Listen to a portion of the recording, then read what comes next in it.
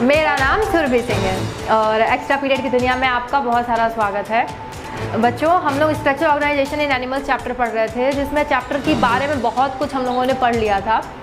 सिर्फ कॉकरोच बचा था और कॉकरोच में भी उस दिन मैंने पढ़ाया तो था, बट कुछ चीज़ें बच गई थी और उस दिन मेरी तबीयत नहीं ठीक थी, तो मैं बहुत डिटेल में और बहुत ज़्यादा खुश होकर नहीं पढ़ा पाई। बट कोशिश करूँगी कि उस दिन की जो कमी थी आज पूरी करते हैं। तो बच्चों, कॉकरोच में जो चीज़ें बची थी, 1-2 पॉइंट ही था, घबराइए मत, ज़्यादा नहीं है, 1-2 पॉइंट ही है। उसको आप चलिए पढ़ते हैं और कॉकरोच को ख़त्म करते हैं। तो लेट्स स्टार्ट। तो शुरू कर रहे हैं, आप लोग तैयार हो जाइए।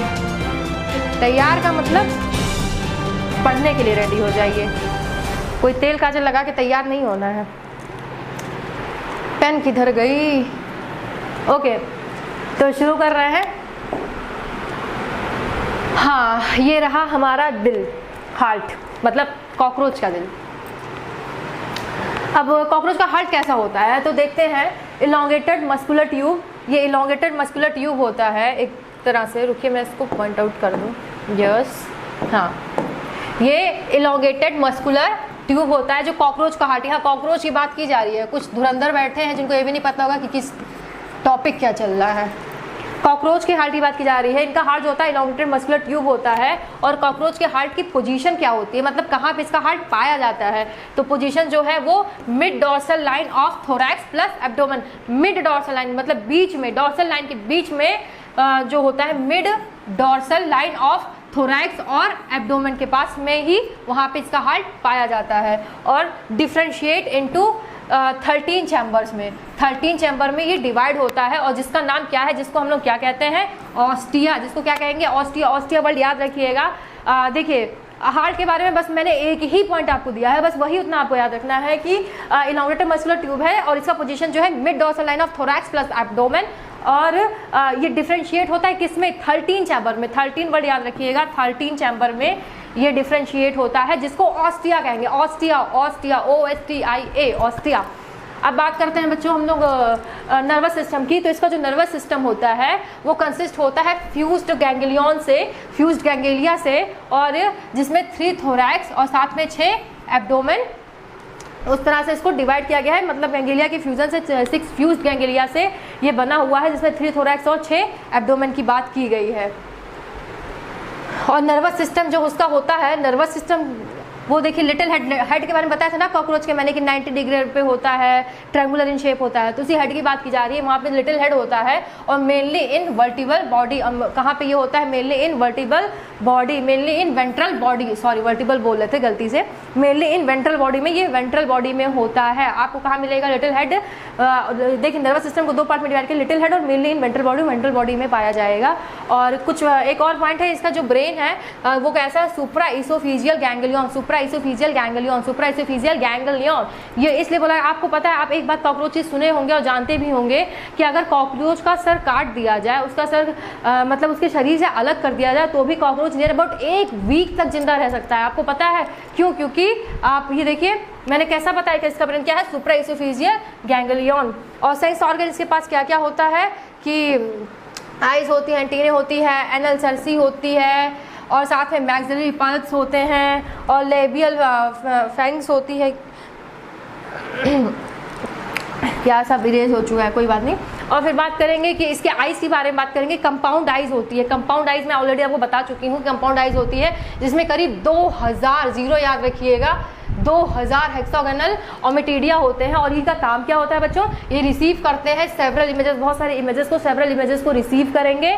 और वो उनका विजन कैसा होता है, मोज़ैक विजन होता है, मोज़ैक विजन इनका विजन होता है। और साथ में उसका काम क्या है कि इनमें मोर सेंसिटिविटी और लेस रिजोल्यूशन, सेंसिटिविटी ज़्यादा होती है और रिजोल्यूशन कम होता है, सेंसिटिविटी ज़्यादा और रिजोल्यूशन कम होता है। और टोटल ओवरऑल बात किया जाए तो ये कैसे होते हैं, नॉक्टर्नल होते हैं, नॉक्टर्नल होते हैं। ओके, अब बात किया जा रहा है बच्चों कि इनके रिप्रोडक्टिव सिस्टम की, मेल रिप्रोडक्टिव सिस्टम का कैसा होता है। इनका टेस्टेज जो होता है 4 से 4th या 6th सेगमेंट तक पाया जाता है। टेस्टेज 4th to 6th सेगमेंट तक इनका टेस्टिस होता है, जो कि कहाँ पे होता है, एब्डोमेन में होता है।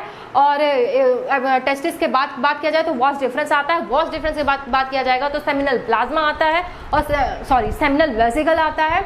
टेस्टिस 4-6 सेगमेंट होता है, फिर वॉस डिफरेंस आता है, फिर सेमिनल वेसिकल आएगा, और उसके बाद क्या होगा, इजेकुलरी डक्ट, इजेकुलेटरी डक्ट होता है जहाँ से वो इजेक्ट करते हैं अपना सीमेन, और साथ में मेल गोनोपोफोर, उसके बाद मेल गोनोपोफोर आएगा, लास्ट में क्या है, मेल गोनोपोफोर, मेल गोनोफोर मैं क्या प्रोनाउंस कर रही हूँ आज, सॉरी हाँ। तो टेस्टिस 4 से 6 सेगमेंट तक है, फिर उसके बाद वॉस डिफरेंस आया, फिर उसके बाद सेमिनल वेसल आया, इजेकुलेटरी डक्ट आया और मेल गोनोफोर आया है। और उसके बाद एक और बात कर लीजिए, इनके मशरूम ग्लैंड इनके पास भी होता है, इनके पास मशरूम ग्लैंड भी होता है।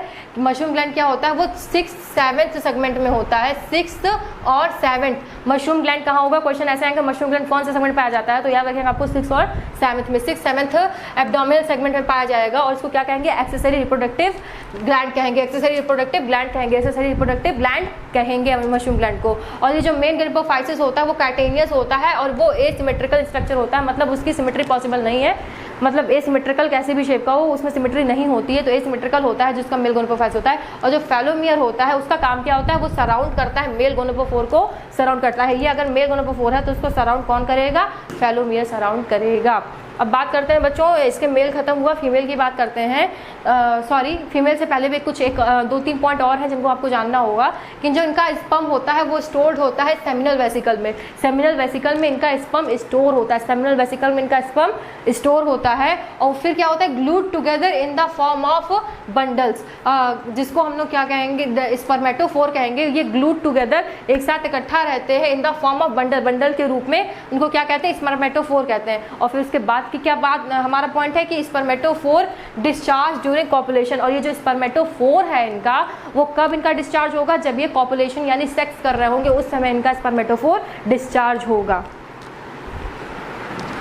अब बच्चों फीमेल रिप्रोडक्टिव सिस्टम की बात करते हैं, तो उनका फीमेल रिप्रोडक्टिव सिस्टम में भी कुछ ज़्यादा नहीं है, बहुत आसान सा है कि देखिए, स्पर्म ट्रांसफर थ्रू स्पर्मेटोफोर, जो इनका स्पर्म उनको जो मिला है, मतलब मेल कॉकरोच से, वो ट्रांसफर होगा कहाँ से, स्पर्मेटोफोर से वो ट्रांसफर हुआ। फिर क्या होगा कि फर्टिलाइजेशन हो जाएगा, चाउ माउ फर्टिलाइजेशन होता है ना, फ्यूजन होता है मेल फीमेल का, तो फर्टिलाइजेशन होगा। फिर फर्टिलाइज एग जो होंगे वो इनक्लोज होंगे इन द कैप्सूल, एक कैप्सूल की तरह से, मतलब एक कैप्सूल में, कैप्सूल के फॉर्म में वो फर्टिलाइज एग जो होंगे वो इनक्लोज हो जाएंगे, कवर हो जाएंगे, एक तरह से इनक्लोज हो जाएंगे कैप्सूल में, जिनको हम लोग क्या कहते हैं, ओथिका कहते हैं। उस कैप्सूल को क्या कहेंगे, ओथिका कहेंगे, ओथिका कहेंगे। और एवरेज फीमेल प्रोड्यूस कितना करती है, मतलब करीब 9 से 10 ओथिका प्रोड्यूस करती है। एक एवरेज फीमेल कॉकरोच की बात किया जाए तो वो 9 से 10 ओथिका प्रोड्यूस करती है, और करीब 14 से 16, एक ओथिका में 14 से 16 एग्स पाए जाएंगे। मतलब मैंने अभी क्या कहा कि 9 से 10 ओथिका करेगी प्रोड्यूस, 9 से 10 ओथिका प्रोड्यूस करेगी, और एक ओथिका में करीब 14 से 16 एग एक ओथिका में होंगे। 9 से 10 ओथिका प्रोड्यूस करेगी और एक ओथिका में 14 से 16 एग्स पाए जाएंगे। बहुत आसान है, याद रखना। और फिर क्या होगा कि ये glued to the suitable surface, और मतलब फिर बाद में ये अपना सुटेबल सरफेस देख के जहाँ पे भी होगा ये एग्स दे देती हैं। तो यही है, बहुत आसान है। और इनका थोड़ा सा फिगर भी है, मतलब देख लीजिए, ये देखिए, ये क्या है, इनकी ओवरी है जिसमें 8 ओवरियोल्स हैं, और ये क्या है इनका, ये जो मैंने बनाया है ये क्या है, स्पर्मेथिका है। और ये देखिए, ये जो पूरा है ये चैम्बर जो इसको जेनाइटल चैम्बर कहेंगे, और ये जो ऐसे ऐसे बनाया है ये क्या है, गोनोपोफाइसिस है, और ये जो डक्ट है वो कॉमन डक्ट है। ओके और 1-2 पॉइंट और है जिसको आपको जानने की जरूरत है कि जो इनका निम्फ होता है, निम्फ क्या होता है कि एडल्ट होने से पहले वो जो बच्चों वाली इनकी स्टेज होती है उसको निम्फ कहते हैं। जो निम्फ होता है करीब 13 माउल्टिंग के बाद ये एडल्ट हो पाता है। और निम्फ कैसा दिखता है, लुक्स लाइक एडल्ट, एडल्ट जैसा ही दिखता है, लुक्स लाइक एडल्ट। और nymph has a wing pad, nymph के पास विंग पैड होंगे लेकिन विंग्स नहीं होंगे। विंग पैड और विंग्स में अंतर है, इनके पास विंग पैड्स तो होंगे लेकिन विंग्स नहीं होंगे, पंख नहीं होंगे। तो आई होप बच्चों आपको क्लियर हो गया होगा। और मैं आपको स्क्रीनशॉट दे रही हूँ, आप स्क्रीनशॉट ले लीजिए और पुराना वाला लेक्चर जो कॉकरोच था उसको देख लीजिएगा।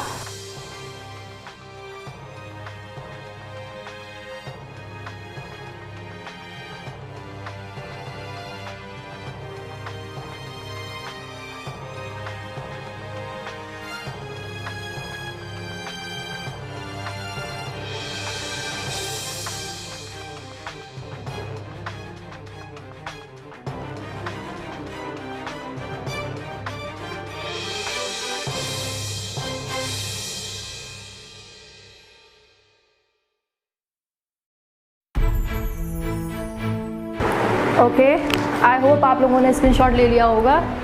तो बच्चों, मैं क्या कह रही थी आपसे कि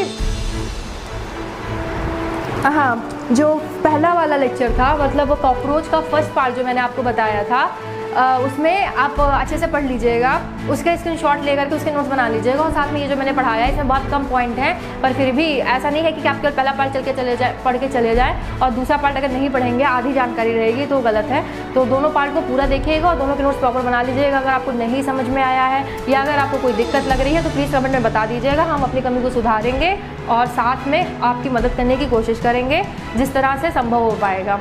मिलते हैं नेक्स्ट वीडियो में नए चैप्टर के साथ, और इस चैप्टर में जो भी कमी रही हो प्लीज़ हमें बताएं और हमारे चैनल को लाइक भी करें, सब्सक्राइब भी करें और शेयर भी ज़्यादा से ज़्यादा करें। तो all the best and happy Diwali and जय माँ काली।